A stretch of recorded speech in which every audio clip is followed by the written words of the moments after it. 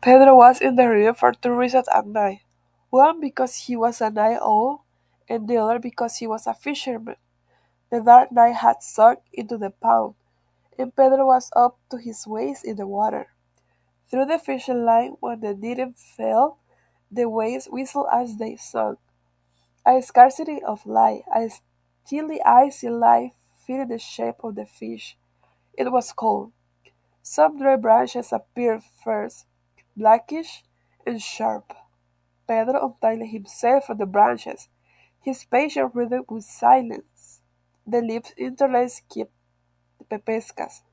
Close to the lips came the silver alive and kicking.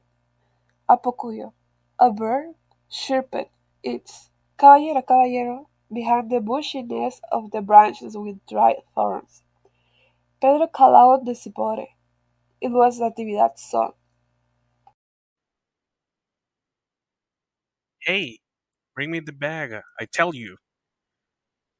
The cipote got into the river and, pushing the water with his knees, he reached the fisherman and pulled out his matata. Are you fishing, boy? Yes, boy, only Chimbolo and Julines. Maybe it's downing. Pedro put his hand in the bait box while looking at the stars with his mouth open. Hey, boy, it's almost 4 o'clock in the morning. And it's getting cold. Hey, It's just that the water is pounding. I felt that they were blowing in the back of my neck. Ah, Now, you're already scared.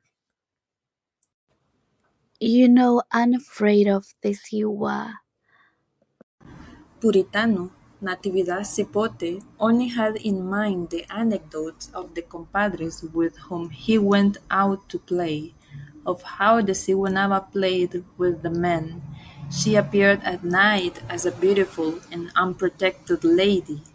According to the stories of the people who said they had encountered her, the Ziguanaba would appear in a white dress, often with her back to the victim. Other times, although she appeared from the front, they could not see her face very well because it was covered by her long dark hair. They said that she appeared in the creeks and rivers.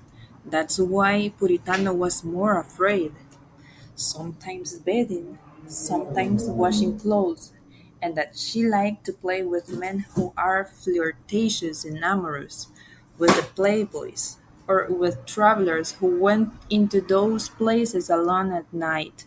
He had also heard that the victims, attracted to the Siwanaba when seeing her, would follow her in rapture, but later she would reveal her true face, hideous and disfigured, and she would scratch them with her long pointed nails. It was said that whoever did not die of fright went mad. Boy, what a scaredy cat you are. Who gets scared over nonsense?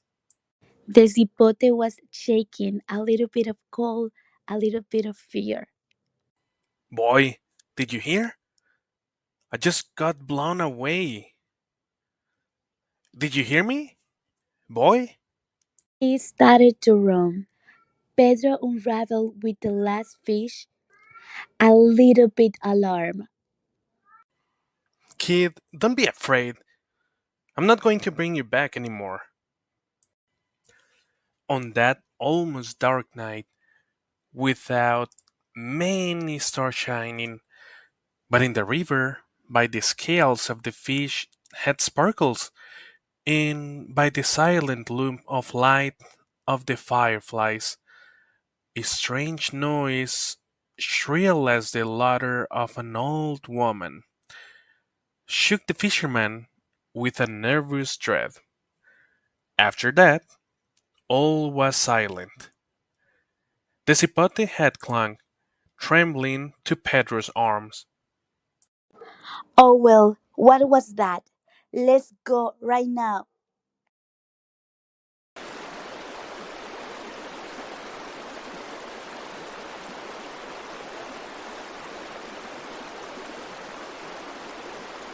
The boy was crying.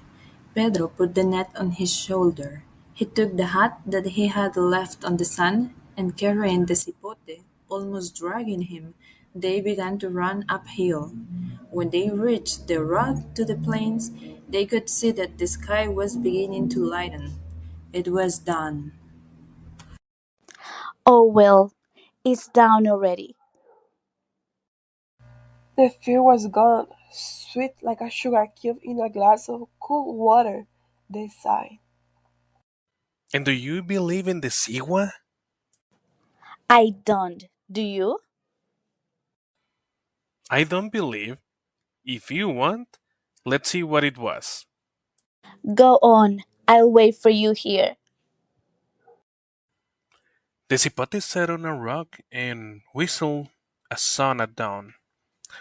Pedro bravely went down to the river. There were still pieces of the night in their ravines. He walked down river, over some boulders, and discovered a shellmate with a broken branch. It was a thick branch. The white heart of the stick had been exposed and was overflowing with ants. When the boy saw him arrive, smiling, he asked him, It's the stick that fell down.